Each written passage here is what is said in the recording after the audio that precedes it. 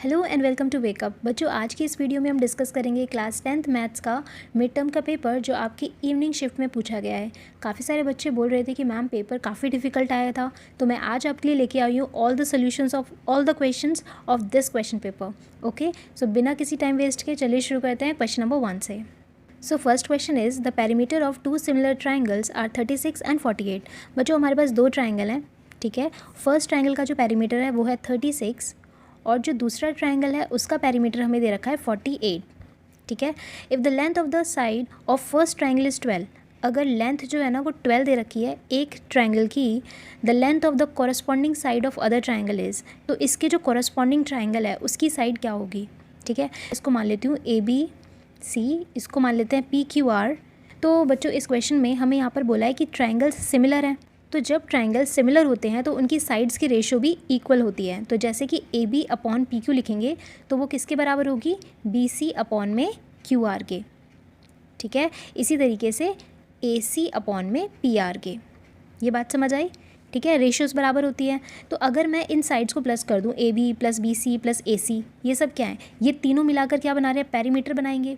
तो इसका मतलब जो पेरीमीटर का रेशियो होगा वही तो साइड के रेशियो के इक्वल होगा। तो हम पेरीमीटर का रेशियो निकालेंगे सबसे पहले, ठीक है। सो 36 अपॉन 48, इसको काटेंगे 12 से। सो 12 3 ज़ा 36, 12 4 ज़ा 48। तो हमारे पास रेशियो क्या आ गई, 3/4। सो 3/4, ठीक है। अब हमें क्या चाहिए, ऊपर चाहिए हमें 12 साइड, पर यहाँ तो 3 है, तो हम इसके अंदर ऐसा क्या नंबर मल्टीप्लाई करें कि ये 12 बन जाए। तो 3 को हम मल्टीप्लाई करेंगे 4 के साथ, तो क्योंकि ऊपर 4 मल्टीप्लाई किया है तो नीचे भी 4 मल्टीप्लाई करेंगे, तो ये बन जाएगा 12 अपॉन में 16, ठीक है। तो 12 साइड तो AB थी, तो PQ क्या होगी, 16। तो इसका करेक्ट आंसर होगा बच्चों option number D, 16। Next is the difference of the circumference and the radius of the circle is 37। मतलब कि सर्कमफेरेंस और रेडियस का जो डिफरेंस है वो कितना दिया हुआ है, 37। ये बोल रहे हैं कि जैसे 2πr, सर्कमफेरेंस होता है 2πr सर्कल का, राइट, और रेडियस का मतलब होता है r। इन दोनों का डिफरेंस मतलब माइनस किसके बराबर है, 37 के बराबर है, ठीक है। तो हमसे पूछा गया है क्वेश्चन में the circumference of the circle is, circumference क्या होगा। तो बच्चों, सर्कमफेरेंस का फॉर्मूला होता है 2πr, पर हमारे पास तो रेडियस है ही नहीं, तो सबसे पहले हमारा टारगेट होगा कि रेडियस निकालना है। तो रेडियस निकालने के लिए हमारे पास ये वाली इन्फॉर्मेशन है, तो इससे हम रेडियस निकालेंगे। तो पहले कॉमन निकालेंगे r को, तो अंदर बचेगा 2π - 1 = 37, ठीक है। इसके बाद हम पाई की वैल्यू रखेंगे 22/7 - 1 = 37, ठीक है। अब r देन बनेगा 44/7 - 1। अब हम इसका एलसीएम लेंगे तो क्या बन जाएगा, 37/7 = 37, ठीक है। नाउ r = ये जो चीज़ 7 है ना, डिवाइड में है, तो इधर जाके क्या हो जाएगा, मल्टीप्लाई। सो 37 × 7, 37 मल्टीप्लाई में है तो नीचे आ जाएगा डिवाइड में, तो हमारे r की वैल्यू आ गई 7। Now we will put the value of r in the formula of circumference of circle, ठीक है। तो ये है हमारा circumference of circle. So 2 × 22/7, r की वैल्यू कितनी थी, 7, अभी हमने निकाली, 7 से 7 कट जाएगा तो आएगा 44। तो इसका करेक्ट आंसर होगा option number B, 44। Next is if 1 0 of the polynomial x² + kx + 1 is 2 + √3, then the value of k is. तो बच्चों, क्वेश्चन में हमें एक पॉलिनोमियल दिया है और साथ ही साथ 0 ऑफ पॉलिनोमियल की वैल्यू भी गिवन है, और हमें क्वेश्चन में k की वैल्यू निकालनी है, ठीक है। तो कैसे निकालेंगे, तो ये है हमारा पॉलिनोमियल और ये है 0 ऑफ पॉलिनोमियल। सबसे पहले हम 0 ऑफ पॉलिनोमियल का मतलब समझते हैं। बच्चों, ये वो वैल्यू होती है जो हमारे पॉलिनोमियल को 0 बना दे, यानी कि x² + kx + 1 किसके बराबर आ जाएगा, 0 के। कब, जब x की वैल्यू 2 + √3 होगी। तो हम जहाँ पर भी x दिख रहा है ना वहाँ पर 2 + √3 लगाएंगे। सो 2 + √3² + k, x की वैल्यू है 2 + √3 + 1 = 0, ठीक है। अब हम यहाँ पर लगाएंगे a + b का होल स्क्वायर। क्या होता है a + b का whole square, a² + b² + 2ab। तो ये वाली आइडेंटिटी हम यहाँ पे लगाएंगे। सो 2 2 हो जाएगा 4, √3 का स्क्वायर करेंगे तो हो जाएगा 3, देन 2ab का हो जाएगा 2 × 2 × √3, तो क्या हो जाएगा 4 √3, ठीक है, क्योंकि मैंने इसको a माना है और इसको b माना है, तो हमें सारी वैल्यूज़ इसमें पुट करनी है। ठीक है, इसको हम एज इट इज़ लिख देंगे। ठीक है, +1 = 0। ओके, अब 4 + 3 + 1 क्या होता है? 8 होता है। ठीक है, फिर लिखेंगे 4√3 + k 2 + √3 = 0। ओके, अब हम इन दोनों को इक्वल टू के साइड में लेके जाएंगे, तो क्या बन जाएगा? k 2 + √3 = -8 - 4√3। इतना समझ आया? अब हम इसमें से 4 को कॉमन निकालेंगे। ठीक है, तो देखते हैं अंदर क्या बचता है।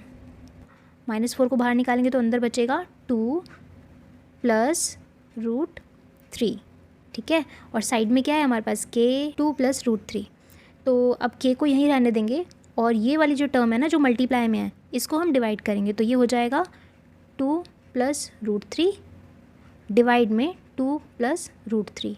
ये कट जाएंगे क्योंकि दोनों डिवाइड में है, तो आंसर आएगा k = -4।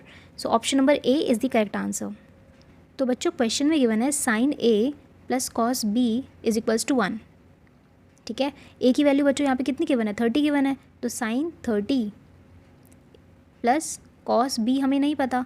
ठीक है, sin 30 क्या होता है? 1/2। cos b = 1। ठीक है, अब ये जो 1/2 है ना, इसको हम इक्वल्स टू के साइड में लेके जाएंगे, तो क्या बन जाएगा? 1 - 1/2। और इसको जब हम सॉल्व करेंगे तो कितना आएगा? 1/2 आएगा।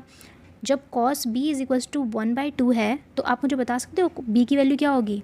तो b की वैल्यू होगी cos 60 डिग्री, है ना। थीटा की वैल्यू कितनी आ गई? 60 degree.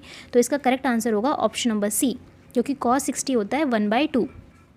Next is if a and b are the 2 consecutive even number then the LCM of a and b is। हमारे पास 2 consecutive even नंबर है a और b।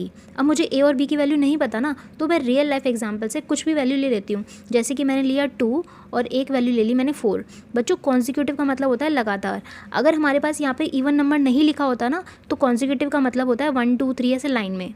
ठीक है, पर उन्होंने क्या बोला है? Even number, consecutive even number. तो यहाँ पर स्टार्टिंग 2 से हो रही है ना, तो इसके बाद का जो कॉन्जिक्यूटिव इवन नंबर हो क्या होगा? 4 होगा।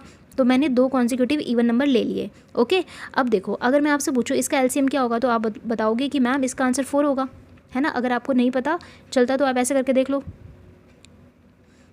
राइट 4 आएगा, सबको पता है ये चीज़, तो सिंपल है।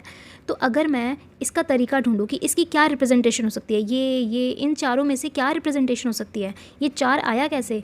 तो देखो अगर मैं 4 को 2 से मल्टीप्लाई करूँ, 4 को 2 से मल्टीप्लाई करूँगी तो 8 आएगा, और 8 को अगर मैं 2 से डिवाइड कर दूँ तो क्या आएगा? 4 आ जाएगा। तो मेरा 4 आंसर आ रहा है ना। वो कैसे आ रहा है? जब मैं a को b से मल्टीप्लाई कर रही हूँ, यानी कि 2 को 4 से मल्टीप्लाई कर रही हूँ और उसको 2 से डिवाइड करूँगी। ठीक है, तो ये वाली रिप्रेजेंटेशन इस कंडीशन को फुलफ़िल कर रही है, इसीलिए मैं बोलूँगी इसका बी ऑप्शन करेक्ट होगा। इसको एक और एग्जांपल से समझते हैं। देखो जैसे कि मैंने लिया 4 और 6।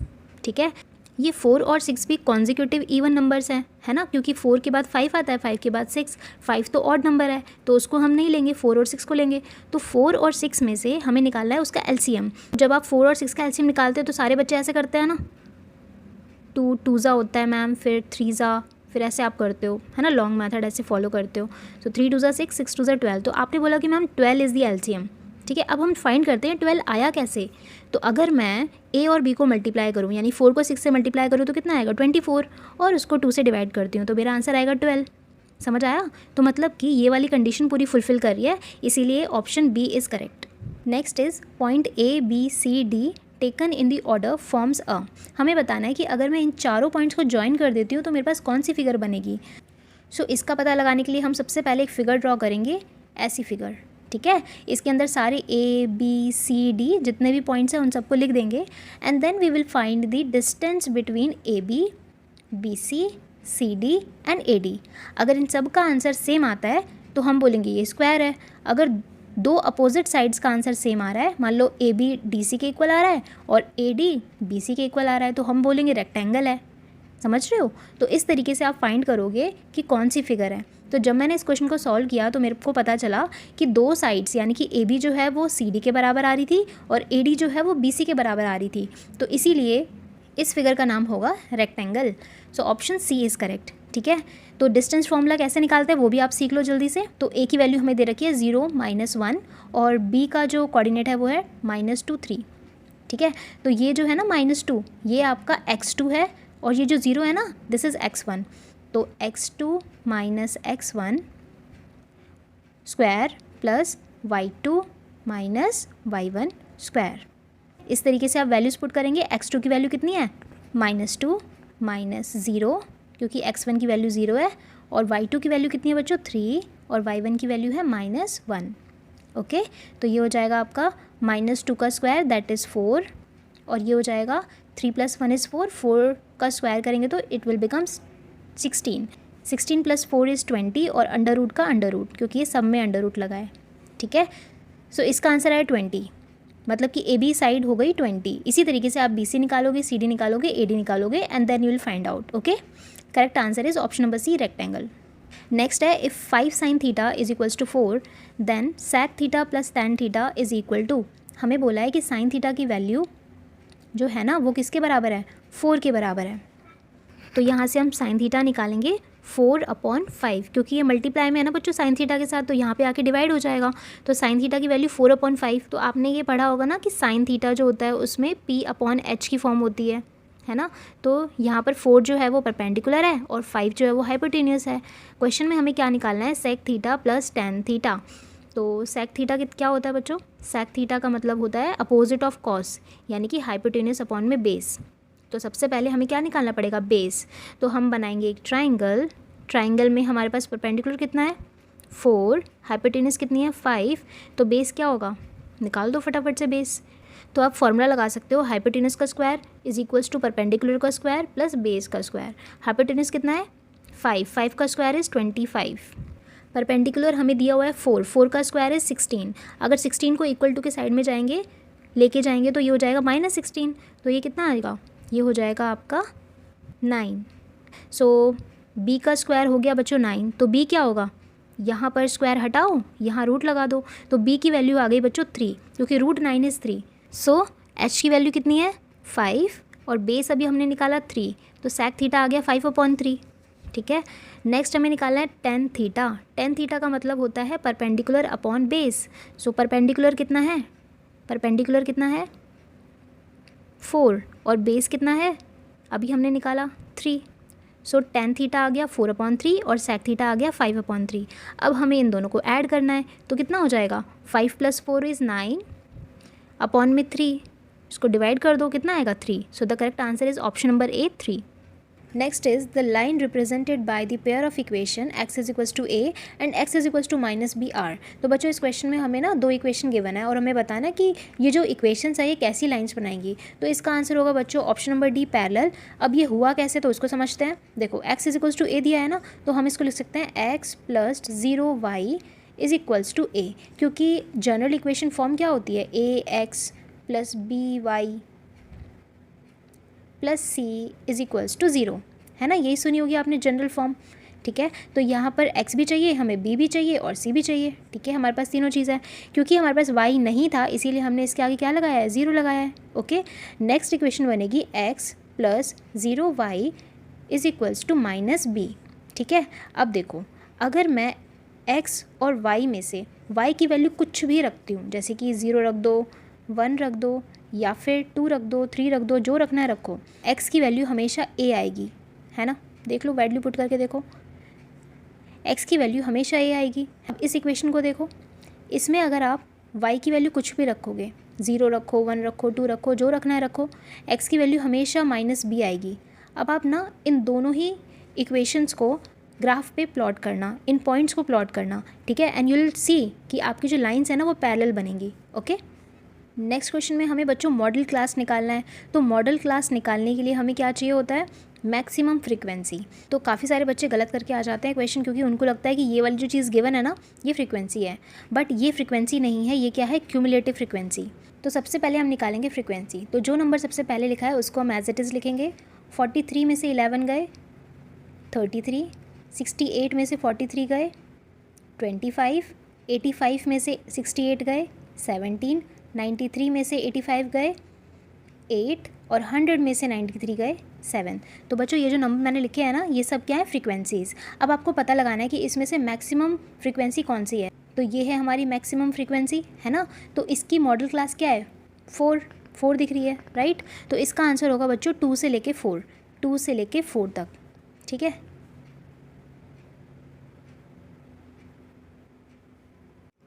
यानी कि ऑप्शन नंबर बी। नेक्स्ट है, in the given figure A B C D is a square having the side 14 centimetre. तो हमारे पास एक स्क्वायर है जिसकी साइड हमें कितनी दे रखी है, 14 centimetre. If E F G H R the mid point, अगर ये सब जो है ना ये मिड पॉइंट्स हैं ये साइड में कोने में, तो इतना तो सेंस बन गया कि ये 7 होगा, तो ये भी 7 होगा, ठीक है। तो हमें बताना है then the area of the shaded region is, तो हमें इस शेडेड रीजन का एरिया निकालना है। तो अगर मैं इस पूरे स्क्वायर में से ये,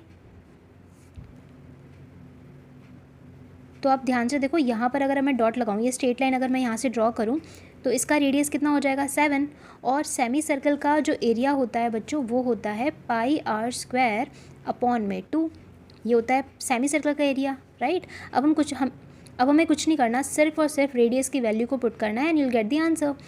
तो हम क्या करेंगे, पाई की वैल्यू होती है 22/7 बच्चों, रेडियस अभी मैंने आपको बताया ये कितना है 7, स्क्वायर करेंगे और डिवाइड में क्या है 2 है ना, तो 2 लिखेंगे, तो ये कट जाएगा, ये होगा 11, और 11 7 जा क्या होता है बच्चों 77। सो इसका करेक्ट आंसर होगा 77। Next is which of the following linear equation has the equation 3x - y - 5 = 0 no solution with. तो नो सॉल्यूशन के लिए क्या फॉर्मूला होता है, नो सॉल्यूशन के लिए कंडीशन होती है a/a2 = b/b2 = c/c1/c2, ठीक है। तो हमें ये कंडीशन फुलफ़िल करनी है। तो देखो यहाँ पर 3 है ना, और यहाँ पर चेक करो 6 है, तो 3 को जब आप 6 से डिवाइड करोगे, 3 को 6 से डिवाइड करोगे तो क्या आएगा 1/2, ठीक है भाई। नेक्स्ट हमारा है -1 और यहाँ पर क्या है -2, इसको डिवाइड करोगे तो कितना आएगा, माइनस से माइनस कट जाएगा 1/2, ठीक है भाई। तो अब तक ये दोनों कंडीशन तो फुलफ़िल हो गई। अब लास्ट कंडीशन देख लेते हैं बच्चों, यहाँ पर है -5 और यहाँ है -10, इसको रिड्यूस करते हैं तो कितना आएगा 1/2। तो ये तीनों कंडीशन फुलफ़िल हो गई ना, इसीलिए हम बोलेंगे option A is correct. Next question में हमें बच्चों वैल्यू फाइंड करनी है इसकी, ठीक है। तो कैसे फाइंड करेंगे, सबसे पहले हम ब्रेक करेंगे सेक स्क्वायर थीटा को, तो ये बन जाएगा 1 - 1 cos स्क्वायर थीटा। नेक्स्ट हम कॉट स्क्वायर थीटा को क्या लिख सकते हैं, कॉस स्क्वायर थीटा अपॉन में साइन स्क्वायर थीटा। तो हम लिखेंगे कॉट स्क्वायर को क्या लिख सकते हैं, कॉस अपॉन में साइन। अब क्योंकि स्क्वायर लगा है तो स्क्वायर भी लगा देंगे, ठीक है। नाउ इसका हम एलसीएम लेंगे, तो एलसीएम कितना आएगा कॉस स्क्वायर थीटा, तो यहाँ हो जाएगा कॉस स्क्वायर थीटा -1, एलसीएम लेना सबको आता है, राइट। इसके बाद इसका भी एलसीएम ले लेंगे तो क्या आएगा साइन स्क्वायर थीटा।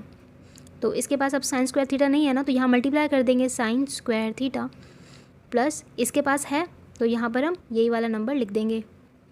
अब आपको पता है कि cos square theta plus sign square theta =1 होता है, तो इसका मतलब इसकी जगह पे मैं लिख सकती हूँ माइनस साइन स्क्वायर थीटा, क्योंकि आइडेंटिटी लग रही है यहाँ पर, है ना। और इसको मैं क्या लिख सकती हूँ, sign square theta plus cos square theta, ठीक है। अपॉन में मैं इन दोनों को मल्टीप्लाई कर दूँगी, सो ये हो जाएगा कॉस स्क्वायर थीटा और साइन स्क्वायर थीटा, ठीक है।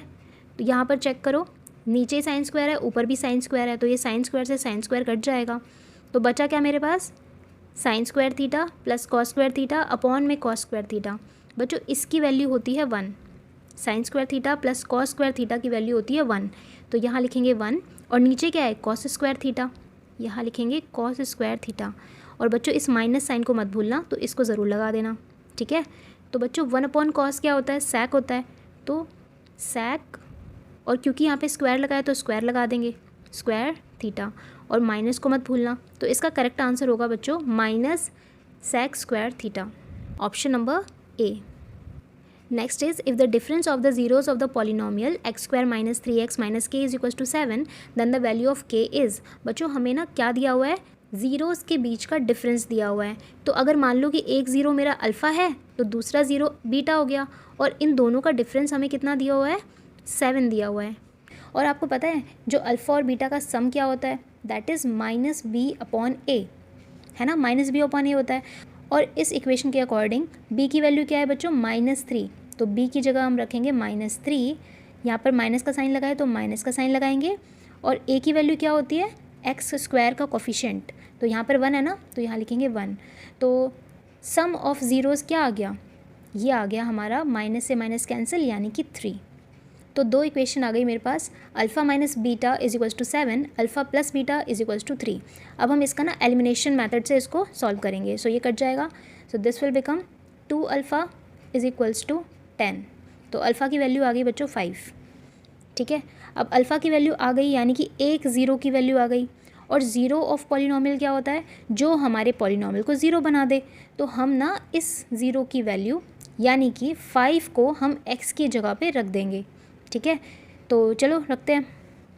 अब हम जहाँ पर भी x दिख रहा है ना वहाँ पे 5 लिखेंगे, तो 5 का स्क्वायर माइनस 3, x की जगह लिखेंगे 5 minus k is equals to 0।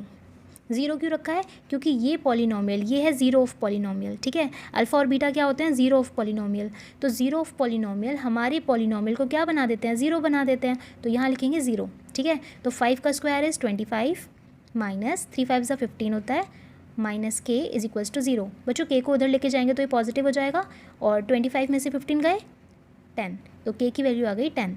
Option is C option is correct.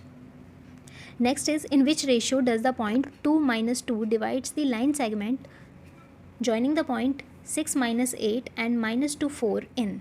तो बेसिकली हमें एक लाइन सेगमेंट गिवन है, इसके कोऑर्डिनेट्स भी दे रखे हैं हमें 6 माइनस 8, और दूसरा कोऑर्डिनेट है -2 और 4, ठीक है। और इसको जो डिवाइड कर रहा है वो है कोऑर्डिनेट 2 और -2, और इसकी रेशियो को हम मान लेते हैं k:1। इससे रिलेटेड हमारे पास एक फॉर्मूला है, that is x is equals to m1 x2 plus m2 x1 upon m1 plus m2। सुना है ना बच्चों ये फॉर्मूला आपने। हमें कुछ नहीं करना, we just have to put the value. तो x की वैल्यू कितनी है यहाँ पर, ये देखो, ये रही x की वैल्यू 2, m की वैल्यू k, x2 की वैल्यू -2, m2 की वैल्यू 1, x1 की वैल्यू 6 अपॉन में m1 प्लस m2 यानी कि k प्लस 1। क्योंकि रेशियो जो होती है ना बच्चों, उसको हम k:1 मानते हैं। क्या मानते हैं, k:1। हमारा फोकस है कि हम k की वैल्यू को फाइंड करें, ओके। सो k को कैसे निकालेंगे, इसको इधर ले जाओ तो ये बन जाएगा 2k + 1 इज़ इक्वल्स टू, ये हो जाएगा आपका -2k, -2k प्लस में क्या हो जाएगा 6, ठीक है। अब इसको सॉल्व करते हैं। जब आप इसको सॉल्व करोगे तो आपकी k की वैल्यू कितनी आएगी, 1, ठीक है। तो इसका करेक्ट आंसर होगा बच्चों option number D, 1:1। Next question is, the perimeter of the sector shown in the given figure is. Perimeter निकालना है, और पेरीमीटर के लिए फॉर्मूला क्या होता है, θ/360 मल्टीप्लाई 2πr, ठीक है। ये लेंथ निकालने के लिए होता है, सर्कमफेरेंस के लिए होता है, तो हम इससे निकाल लेंगे फटाफट से। कैसे निकालेंगे, थीटा हमें पता है 60 है, तो 60 को जब आप 360 से डिवाइड करोगे तो कितना आएगा, 1/6 आ जाएगा, ठीक है। मल्टीप्लाई 2, पाई की वैल्यू 22/7, और रेडियस कितना है 10.5, ठीक है। अब इसको सॉल्व करते हैं तो ये हो जाएगा 3, इसको सॉल्व करेंगे तो ये हो जाएगा 3.5, ये हो जाएगा 0.5, ठीक है। तो 22 को 0.5 से मल्टीप्लाई करेंगे तो क्या आएगा, 22 को 0.5 से करेंगे तो क्या आएगा, 11 आएगा। अब बच्चों 11 तो हमारी ये वाली लेंथ हो गई, क्योंकि ये जो फॉर्मूला हमने लगाया ना, इससे आर्क की लेंथ निकलती है बच्चों, ठीक है। अब हमारे पास ये दो रेडियस भी तो है ना, ये और ये रेडियस भी है, यानी कि 10.5 और 10.5 प्लस करना पड़ेगा। तो 11 था, इसके अंदर हम 10.5 और 10.5 प्लस कर देंगे, तो ये कितना हो जाएगा, ये हो जाएगा आपका 0, 1 यानी कि 2 और 32। तो इसका करेक्ट आंसर होगा बच्चों ऑप्शन नंबर डी, 32, क्योंकि हमारे पास हमें पेरीमीटर निकालना था ना, तो हम इस रेडियस को भी प्लस करेंगे, okay. Next is, the zeros of the polynomial 3x² - 8x - 3r। तो इस क्वेश्चन में हमें ज़ीरो ऑफ पॉलिनोमियल निकालना है। सो इस क्वेश्चन में हम क्या करेंगे, मिडल टर्म स्प्लिट, यानी बीच वाली टर्म को हम स्प्लिट करेंगे, ठीक है। मिडल टर्म स्प्लिट करेंगे, कैसे करेंगे, हमें -8 को इस तरीके से स्प्लिट करना है कि मल्टीप्लाई करने पर क्या आना चाहिए, इन दोनों का प्रोडक्ट, यानी कि 3 - 3 यानी कि 9 आना चाहिए, -9, ठीक है। और प्लस या माइनस करने पर क्या आना चाहिए, बीच वाला नंबर यानी कि -8 आना चाहिए, ठीक है। तो अगर मैं -8 को लिखती हूँ -9x + 1x, तो देखो 9 वन ज़ा क्या होता है 9, पहली कंडीशन हो गई फुलफ़िल। दूसरी कंडीशन है कि प्लस या माइनस करने पर -8 आना चाहिए, तो दूसरी कंडीशन भी फुलफ़िल हो गई। सो ये हो जाएगा 3x² एज इट इज़ लिख दो और -3 को एज इट इज़ लिख दो। नाउ इन दोनों में से क्या कॉमन आ सकता है, 3x कॉमन आएगा तो अंदर बचेगा x - 3। इन दोनों में से क्या कॉमन आ रहा है, 1 कॉमन आएगा तो अंदर क्या बचेगा, x - 3, ठीक है। तो हमारे पास ज़ीरोज़ आ गए, 3x + 1 यानी कि ये, और जो अंदर कॉमन वाला है उसको अलग ब्रैकेट में लिखेंगे, ठीक है। x की वैल्यू कितनी आ गई, -1/3 और इधर आ गई x की value 3। So these are the zeros of polynomial. Next बच्चों हमसे पूछा है the distance between the point -8/52 and 2/52 is. हमें इन दोनों के बीच का डिस्टेंस बताना है। तो डिस्टेंस फॉर्मूला लगा दो। क्या होता है distance formula, x2 - x1 whole square plus y2 - y1 whole square. यहाँ पर ये आपका x1 है, ये x2 है, this is y1, this is y2। सारी वैल्यूज़ को पुट कर दो and you will get the answer, ठीक है। तो इस तरीके से आप इसको सॉल्व करना। नेक्स्ट क्वेश्चन है the solution of the pair of linear equation is. तो हमें इन दोनों पेयर का क्या निकालना है, सॉल्यूशन निकालना है। इसका मतलब है कि हमें x और y की वैल्यू फाइंड करनी है, ठीक है। तो कैसे करेंगे, हम लगाएंगे इसमें एलिमिनेशन मेथड। क्या लगाएंगे, एलिमिनेशन मेथड। सबसे पहले देखो कुछ मैच नहीं हो रहा, ना x मैच हो रहा है ना y मैच हो रहा है, तो क्या करना पड़ेगा, सेम करना पड़ेगा। सेम करने के लिए क्या करना ना, ये जो नीचे वाली इक्वेशन दे रखी है उसमें से 2 को कॉमन निकालना। तो 2 को जब आप कॉमन निकालोगे तो क्या बन जाएगा, 2x + 4y = 7, ठीक है। और फर्स्ट इक्वेशन क्या है, 2x + 5y = 10। ये दोनों इक्वेशन हमारे पास बन गई। अब इसको एलिमिनेशन मेथड से कुछ इस तरीके से सॉल्व करना है, साइन चेंज करना, then you will get the answer, ठीक है। तो x की वैल्यू आ जाएगी आपकी -5/2 और y की वैल्यू आएगी बच्चों आपकी 3। तो इसका करेक्ट आंसर होगा बच्चों ऑप्शन नंबर सी।